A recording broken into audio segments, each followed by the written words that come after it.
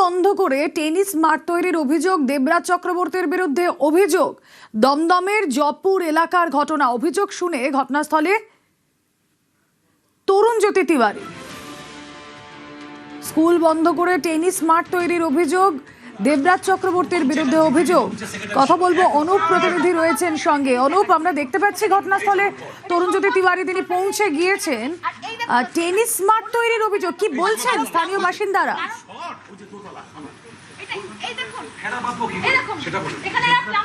দক্ষিণ পৌরসভার 18 নম্বর ওয়ার্ড জয়পুর এলাকায়, জয়পুর এলাকাতেই বলা হচ্ছে যে একটি মাঠ সরকারি সেখানে স্কুল ছিল, সেই স্কুল ভেঙে প্রাক্তন যিনি কাউন্সিলর ছিলেন এবং তিনি এবং দেবরাজ চক্রবর্তী তার নির্দেশেই কিন্তু এই মাঠ ভেঙে একেবারে সেখানে মাঠ তৈরি করা হয়েছিল স্কুল ভেঙে। এবং এই মাঠ গোটা এলাকা কিন্তু সেট দিয়ে ঘিরে ফেলা হয়, যেমন সেখানে টেনিস থেকে শুরু করে ব্যাডমিন্টন প্রত্যেকটি খেলা হতো। এই অভিযোগ যদি এলাকার মানুষ, তারা কিন্তু আজ নয়, বহুদিন আগে থেকে বারবার প্রাক্তন যিনি বিধায়ক অদিতি মুন্সি তাকে লিখিত আকারে জানিয়েছিলেন, প্রাক্তন কাউন্সিলর তার বিরুদ্ধে ক্ষোভ প্রকাশ করে তাকে জানিয়েছিলেন, থানায় জানিয়েছিলেন, কিন্তু কোনো রকম কেউ ব্যবস্থা নেয়নি। এমনকি দেবরাজ চক্রবর্তীর নির্দেশে এমনটা হয়েছিল বলে তারা অভিযোগ করছেন। দেবরাজ চক্রবর্তীর সঙ্গে তারা বারবার দেখা করতে ছিলেন, কিন্তু তিনি দেখা করেননি বলে এমনটা এলাকার মানুষ তারা দাবি করছে। বলা হচ্ছে 40 থেকে 50টা বেশি ফ্ল্যাট রয়েছে, তারা এই এলাকায় বসবাস করে, কিন্তু এই মাঠ তৈরির ফলে গোটা এলাকা সেট দিয়ে ঘিরে ফেলা হচ্ছে। তাদেরকে সমস্যার মধ্যে পড়তে হচ্ছে। জল যেমন পরিষেবা সেখানে আছেও, বলা হচ্ছে সেখানে অন্যদিকে আলো এবং বাতাস কোনো কিছুই ঢুকতে পারছে তাদের ফ্ল্যাটের মধ্যে, ফলে তারা সমস্যার মধ্যে পড়ছে। এই ঘটনা যখন বিধায়ক নতুন যিনি বিধায়ক রাজার গোপালপুরের তরুণজ্যোতি তিওয়ারি, তাকে জানানো হয়েছিল। পরবর্তীতে তিনি যখন সেই টেনিস একাডেমির ওখানে যান, তখন লক্ষ্য করা যায় তাকে কার্যত বলা হয়, তারা অভিযোগ জানায়। এরপরে দুপক্ষ অর্থাৎ যারা টেনিস একাডেমি মাঠের দায়িত্বে রয়েছেন তারা, অন্যদিকে দেখলে এলাকার মানুষ, তাদের মধ্যে কিন্তু তার সামনেই গন্ডগোলের সূত্রপাত হয়। শুধুমাত্র তিনি অভিযোগ করছেন দেবরাজ চক্রবর্তীর আমলেই এই গোটা ঘটনা ঘটেছিল।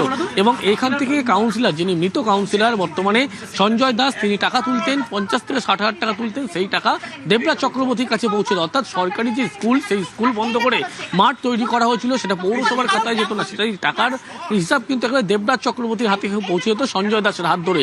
এই গুরুতর যখন অভিযোগ করা হচ্ছে, গোটা বিষয়টি ইতিমধ্যেই তরুণজ্যোতি তিওয়ারি, তিনি কিন্তু যিনি বিধায়ক, তিনি খতিয়ে যেমন দেখবেন জানিয়েছেন, এবং দেবরাজ চক্রবর্তী এই টাকা তুলতেন বলে তিনি সরাসরি অভিযোগ করছেন। এলাকার মানুষের যে ক্ষোভ রয়েছে এবং তাকে এলাকার মানুষ যখন জানায়, তিনিও পরবর্তীতে জানান পাশের যে বাড়ি অর্থাৎ যে ফ্ল্যাটগুলো রয়েছে তাদের বিরুদ্ধে অভিযোগ উঠছে যে সেখানে যারা ফ্ল্যাট নিয়েছেন সেটাও কিন্তু বেআইনিভাবে কেনা হয়েছিল। পরবর্তীতে প্রমোটারদের বিরুদ্ধে ব্যবস্থা নেওয়া হবে, তার কারণ এই গোটা এলাকায় যে প্রমোটিং থেকে শুরু করে স্কুল বন্ধ করে সেখানে মাঠ তৈরি, সেখান থেকে টাকা তোলা, এই সমস্ত কিছু দেবরাজ চক্রবর্তীর কথাই হতো।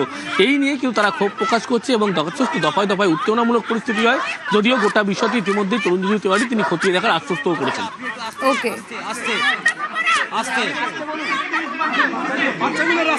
আমাদের অভিযোগ হচ্ছে যে এখানে তিনতলা সমান করে ঘিরে বন্ধ করে দেওয়া হচ্ছে টিনের সেটটা, সেটাতে আমাদের আলো বাতাস পুরো বন্ধ হয়ে গেছে এবং এখানে বাইরে থেকে পয়সা দিয়ে খেলছে।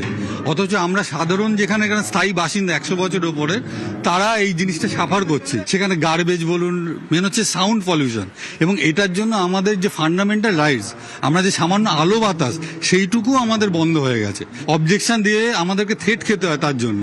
আধিকারিক আছে, তাদের কাছে আমাদের প্রার্থনা, আপনারাই এর বিচার করুন, আমরা কি করব? আমরা কি কোটিপতি?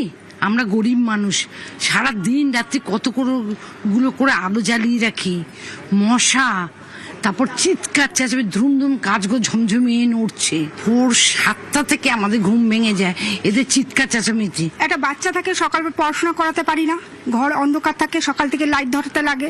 তারপর আমার ভাই অসুস্থ, মশা তো মানে কি বলবো, এত মশা যে ঘরে থাকা যায় না, হাওয়া বাতাস ঢোকে না, ফোনের টাওয়ার পাওয়া যায় না। তারপরে হচ্ছে এই চারিদিক অন্ধকার করে রেখে দিয়েছে, ভীষণ অসুবিধা হয় আমাদের। কাউকে কিছু না জানিয়ে এটা করেছে। কাউকে কিছু না জানিয়ে স্থানীয়রা যে কথা বলছেন, তাদের অসুবিধের মুখে পড়তে হয়েছে। দমদমের জয়পুরের যে ছবি আপনাদেরকে দেখাচ্ছি, রাজারহাট গোপালপুরের বিধায়ক তরুণজ্যোতি তিওয়ারি, তিনি এই মুহূর্তে পৌঁছে গিয়েছেন ঘটনাস্থলে। স্কুল বন্ধ করে এখানে টেনিস মাঠ, কথা বলবো আবারও, প্রতিনিধি অনুপ রয়েছেন সঙ্গে। অনুপ, দীর্ঘদিন ধরে এলাকাবাসীরা নিশ্চয়ই এই সমস্যার মধ্যে দিয়ে যাচ্ছিলেন। এর আগেও কি তারা জানিয়েছেন, এর আগেও কি তারা বিধায়কের কাছে দরবার করেছেন যে সত্যি তাদের এরকম একটা অবস্থার মধ্যে পড়তে হচ্ছে প্রতিদিন?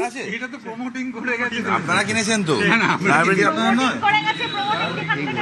বিগত তৃণমূল বিধায়ক যিনি ছিলেন অদিতি মুন্সি, তার দরবার তারা হয়েছিল, তাদেরকে প্রত্যেকটা বিষয় জানানো হয়েছিল। কিন্তু 9 মাস ধরে তারা কিন্তু এই যন্ত্রণা ভোগ করছে তার পরবর্তী ক্ষেত্রে কিন্তু কোনো রকম কর্ণপাত করা হয়নি। যে মৃত কাউন্সিলর বিরুদ্ধে অভিযোগ করা হচ্ছে তার বিরুদ্ধে তিনি দেবরাজ চক্রবর্তীর কাছে পৌঁছে দিতেন না, দেবরাজ চক্রবর্তীর কাছে দেখা করতে পারতো না, কিন্তু লিখিত আকারে এই অভিযোগ, সেই প্রত্যেকটি অভিযোগ তারা জানিয়েছিল। দীর্ঘ 9 মাস ধরে এই সমস্যার তারা সম্মুখীন হচ্ছে, কিন্তু কোনোভাবে তাদের এই সমস্যার সমাধান হয়নি। বলা হচ্ছে এলাকায় যারা বসবাস করে 40টি পরিবার, তাদের ক্ষেত্রে বলা হচ্ছে যে তাদের ইলেকট্রিক বিল থেকে দ্বিগুণ আসে, তার কারণ ঘরের মধ্যে আলো ঢোকে না, অন্যদিকে বাতাস ঢোকে না, ফলবর্তী ক্ষেত্রে তাদেরকে পাখা চালিয়ে এবং এসি চালিয়ে থাকতে হয়, লাইট চালিয়ে থাকতে হয়, ফলে ইলেকট্রিক বিল দিতে হতো বেশি করে, কিন্তু কোনোভাবে কেউ কর্ণপাত করেনি। মানুষজন অসুস্থ হয়ে পড়ছিল এমনটাও তারা অভিযোগ করছে, কিন্তু প্রাক্তন যিনি বিধায়ক ছিলেন তারা কিন্তু কোনো রকম গুরুত্ব দেয়নি, থানাকে গোটা বিষয়টি জানলে থানাও গুরুত্ব দেয়নি।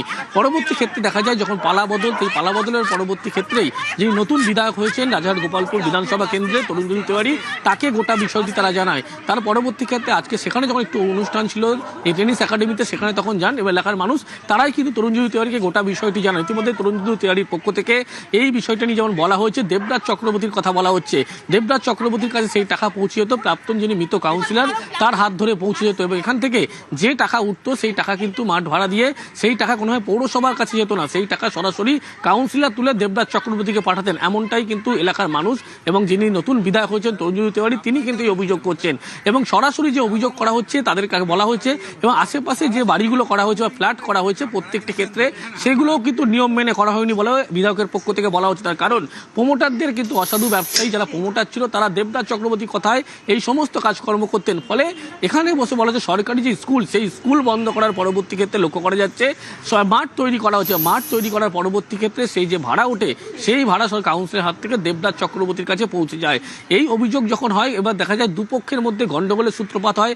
একদিকে যেমন টেনিস একাডেমি মাঠের দায়িত্বে ছিলেন তারা একদিকে গন্ডগোল করে, অন্যদিকে লক্ষ্য করা যায় যারা এলাকার বাসিন্দা 40টির বেশি পরিবার যারা এখানে বসবাস করে ফ্ল্যাটের মধ্যে, যাদের সমস্যার রোজ সম্মুখীন হতে হয়, তার মধ্যে দুপক্ষের গন্ডগোল হয়। বিধায়ক যখন উপস্থিত ছিলেন, বিধায়কের উপস্থিত লক্ষ্য করা যায় দুপক্ষ। বিধায়ক তরুণজ্যোতি তিওয়ারির বক্তব্য শুনি একবার। এই যে রাস্তাগুলো 1.5 ফুট 1 ফুট গ্যাপ, লোকে কম দামে ফ্ল্যাট কিনে নেয়, কেন কেনে? একটু কম পাবে। ইলিগাল কনস্ট্রাকশন রমরমা। আমি আবার বলছি সরকারের দোষ, আমি আবার বলছি মিউনিসিপ্যালিটির দোষ, যারা কিনছে তাদের দোষ। এটা নাকি স্বাস্থ্যকেন্দ্র, স্বাস্থ্যকেন্দ্রের ওপরে টেনিস একাডেমি মেনটেন করে মিউনিসিপ্যালিটি। 60,000 টাকা যে ভাড়া নেওয়া হয় মিউনিসিপ্যালিটিতে কোনোদিন জমা হয়নি, পুরো টাকাটা জমা হতো গিয়ে সঞ্জয় দাসের পকেটে। এটাকে ভাগ করে দেওয়া হয়েছিল। এটা ছোট সিন্ডিকেট না, এটা হিউজ সিন্ডিকেট। কিছু অনুষ্ঠান বাড়ি আছে সরকারের পক্ষ থেকে বানানো, মিউনিসিপ্যালিটি বানানো, সেগুলো টাকা ভাড়া সঞ্জয় দাসের পকেটে যেত, নেওয়া হচ্ছে। তো দেবরাজ জেলে কেন গেছে?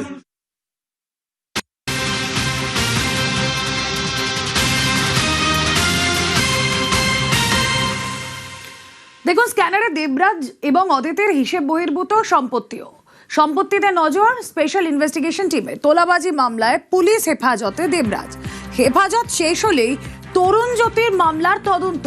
ভোটের আগেই দায়ের হওয়া মামলার তদন্ত করবে সিট। দেবরাজ অদিতিকে মুখোমুখি জিজ্ঞাসাবাদের সম্ভাবনাও জোরালো হচ্ছে।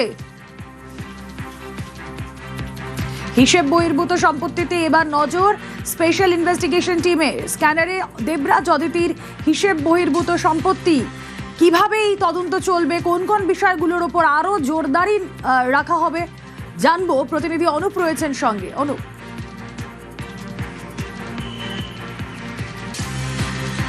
দেখো, তোলাবাজির মামলায় ইতিমধ্যে দেবরাজ চক্রবর্তী, তাকে গ্রেপ্তার করা হয়েছে, বর্তমানে তিনি পুলিশ হেফাজতে রয়েছেন। এবং বাগুইআটি থানায় যেমন দেখা যাচ্ছে আগামী 9 তারিখে তার এই তোলাবাজির মামলার পুলিশ হেফাজত যখন শেষ হবে, পরবর্তী ক্ষেত্রে আদালতে পেশ করা হবে। এবং সেক্ষেত্রে যে তোলাবাজির মামলার পরবর্তী ক্ষেত্রে বাগুইআটি থানায় এখনো পর্যন্ত 10টি মামলা অভিযোগ রয়েছে বাগুইআটি থানায় দেবরাজ চক্রবর্তীর নামে, এবং প্রত্যেকটি দায়িত্ব ইতিমধ্যেই যে সিট গঠন করা হয়েছিল সেই সিটকে দেওয়া হয়েছে। অন্যদিকে দেখলে দেখা যাবে যে হিসাব বহির্ভূত সম্পত্তি, যে মামলা 207 নম্বর কেস ছিল, তরুণজ্যোতি তিওয়ারি যিনি অভিযোগ দায়ের করেছিলেন, সেই মামলায় এবার দেবরাজ চক্রবর্তীকে 14 দিনের আবার আদালতে তোলার পরে পুলিশ হেফাজতের আবেদন জানানো হচ্ছে। তার কারণ এই বিপুল পরিমাণে যে সম্পত্তির পরিমাণ, একদিকে দেবরাজ চক্রবর্তী, অন্যদিকে অদিতি মুন্সি, ডিসি গ্লোবাল কোম্পানির মাধ্যমে যে একাধিক লেনদেন হয়েছিল, একাধিক সম্পত্তি হস্তান্তর হয়েছিল, এই গোটা বিষয় কিন্তু দেখা যায়। এবং দেখা যায় এই কোম্পানির মাধ্যমেই কিন্তু অদিতি মুন্সির যে বিপুল পরিমাণ সম্পত্তি তার কথা উল্লেখ হয়েছিল। হেফাজতে নেওয়ার পরবর্তী ক্ষেত্রে দেবরাজ চক্রবর্তীকে যখন জিজ্ঞাসাবাদ করা হবে এই সম্পত্তি বহির্ভূত হিসাব জানার জন্য, অন্যদিকে অদিতি মুন্সি তাকেও জিজ্ঞাসাবাদ করা দ্বিতীয় দফায় হবে বলে এমনটা জানতে পারে। তার কারণ দুজনকে মুখোমুখি বসিয়ে পরবর্তী ক্ষেত্রে তারা জিজ্ঞাসাবাদের পরিকল্পনা করবেন। তার কারণ প্রথমবার যখন অদিতি মুন্সিকে 6 ঘন্টা জিজ্ঞাসাবাদ করা হয় একাধিক তথ্য পেয়েছিল। পরবর্তী ক্ষেত্রে সেই তথ্য অনুযায়ী যখন হেফাজতে নেবে দেবরাজ চক্রবর্তী, তাকে কিন্তু এই প্রশ্ন ধরেই বেশ কিছু উত্তর জানতে চাওয়া হবে। তার পরবর্তী ক্ষেত্রে পুলিশের পক্ষ থেকে বলা হচ্ছে সিট গঠন করা হচ্ছে, তারা দেবরাজ চক্রবর্তী এবং অদিতি মুন্সি এই দুজনকে মুখোমুখি বসিয়ে পুরো বিষয়টি স্পষ্ট হতে চায় কি হয়েছিল বা কোনভাবে কোন হয়তো সম্পত্তি হস্তান্তর হয়েছিল এবং ডিসি গ্লোবাল কোম্পানির মাধ্যমে কিভাবে কাজ হয়েছিল, এই যাবতীয় তথ্য জানতে চায়। সেই কারণেই সিটের পক্ষ থেকে এই সিদ্ধান্ত ইতিমধ্যে নেওয়া হচ্ছে বলে খবর।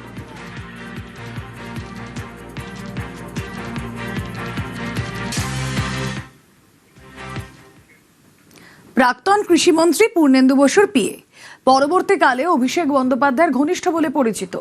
রাজনীতিতে উত্থান নাকি অর্থনীতিতেও। অভিযোগ, গত 15 বছরে কয়েকশো কোটির মালিক এই দেবরাজ চক্রবর্তী। উল্কার গতিতে উত্থান, পালা বদলের পর স্ত্রী ঘরে।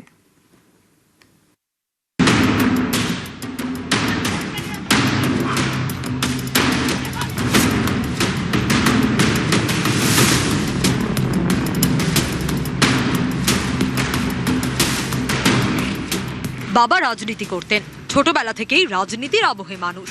লেখাপড়ার পাঠ শেষ করে তাই নিজেও হাঁটা দিয়েছিলেন সেই পথেই। একনিষ্ঠ কর্মী, সেখান থেকে দাপুটে নেতা। স্ত্রী প্রাক্তন বিধায়ক। বাগুইআটির রাজপথ জানে দেবরাজ চক্রবর্তীর উত্থানের কথা। 2011 সাল, তৃণমূল সবে ক্ষমতায়। পূর্ণেন্দু বসু তখন কৃষিমন্ত্রী। সে সময় তার আপ্তসহায়ক ছিলেন দেবরাজ চক্রবর্তী। 2013 সালে বিধাননগর পুরসভায় উপনির্বাচন হয়। সেই ভোটে নাকি লড়তে চেয়েছিলেন দেবরাজ, কিন্তু টিকিট পাননি।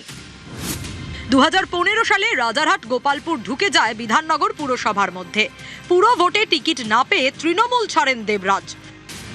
ছেড়ে দেন পূর্ণেন্দু বসুর আপ্তসহায়কের কাজও।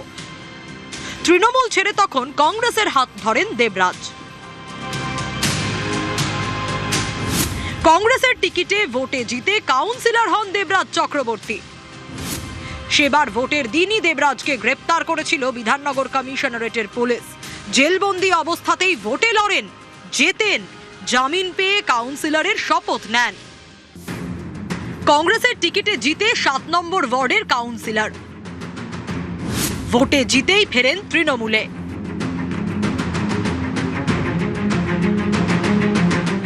সময় যত যায় রাজনীতিতে ওজন বাড়ে দেবরাজের। মিতভাষী দেবরাজ হয়ে ওঠেন দাপুটে নেতা। এবার ময়দানে তার গায়িকা স্ত্রী অদিতি মুন্সি। 2021 বিধানসভা ভোট। রাজারহাট গোপালপুর কেন্দ্রে পূর্ণেন্দু বসুর পরিবর্তে তৃণমূল টিকিট দেয় অদিতিকে। এককালে পূর্ণেন্দু বসুর পিএ ছিলেন দেবরাজ। সে সময় পূর্ণেন্দুর কাছে দরবার করেও নাকি কাউন্সিলরের টিকিট পাননি তিনি। মাঝে কয়েকটা বছর সেই পূর্ণেন্দুর আসনেই প্রার্থী হন দেবরাজের স্ত্রী। অনেকে বলেন এ যেন বৃত্ত সম্পূর্ণ হলো।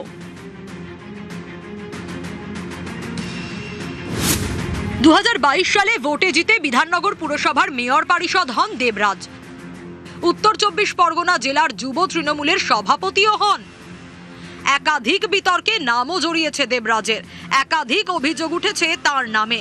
21 বিধানসভা ভোটের পর প্রসেনজিৎ দাস নামে এক বিজেপি কর্মীর ঝুলন্ত দেহ উদ্ধার হয়। খুনের মামলায় নাম জড়ায় দেবরাজের। 2022 সালে এই মামলায় দেবরাজ চক্রবর্তীকে জিজ্ঞাসাবাদ করে সিবিআই। 2023 নভেম্বর নিয়োগ দুর্নীতি মামলায় দেবরাজের বাড়িতে তল্লাশি চালায় সিবিআই। দেবরাজের বিরুদ্ধে তোলাবাজি, আয়ের সঙ্গে সঙ্গতিবিহীন সম্পত্তি এবং খুনের হুমকির অভিযোগ ওঠে। অনেকে দাবি করেন রাজনীতিতে দেবরাজের প্রভাব যত বেড়েছে পাল্লা দিয়ে তার সম্পত্তির বহরও বেড়েছে। অভিযোগ, দেবরাজের সম্পত্তির অঙ্ক নাকি কয়েকশো কোটির গণ্ডি পেরিয়েছে। সবই অবশ্য অভিযোগ। রাজ্যে পালা বদলের পর স্ক্যানারে বাগুইআটির দাপুটে যুব নেতা। রক্ষা কবচ চেয়ে কলকাতা হাইকোর্টে গেলেও খারিজ হয়ে যায় সে আর্জি। এরপরই বুধবার পুরুলিয়া থেকে গ্রেফতার দেবরাজ। তোলাবাজি সহ একাধিক মামলায় তাকে গ্রেফতার করে রাজ্য পুলিশের এসটিএফ। তবে যেভাবে একের পর এক দুর্নীতিতে তার নাম জড়িয়ে যাওয়ার পরেও স্মিত হাসির অমায়িক ব্যবহারের ছেলে এলাকায় ঘোরাফেরা করতেন এবং তার রাজনৈতিক পরিধি বৃদ্ধি করার চেষ্টা করেছিলেন, তাতে তার সেই সময়কার রাজনৈতিক দলের একাংশের যে মাথায় হাত রয়েছে তা বুঝতে পেরেছিলেন স্থানীয়রা। ফলে চাইলেও তারা তার বিরুদ্ধে কোনো ব্যবস্থা গ্রহণ করার কথা বলতে পারতেন না। ফলে এই সমস্ত এলাকার মানুষজনদের যে পুঞ্জীভূত ক্ষোভ, তাই দেবরাজ চক্রবর্তী গ্রেপ্তারের পর রাজারহাট নিউ টাউন অঞ্চলে বুঝতে পারা যাচ্ছে। ক্যামেরা অসিত দাসের সাথে আবির ঘোষাল, নিউজ 18 বাংলা, কলকাতা।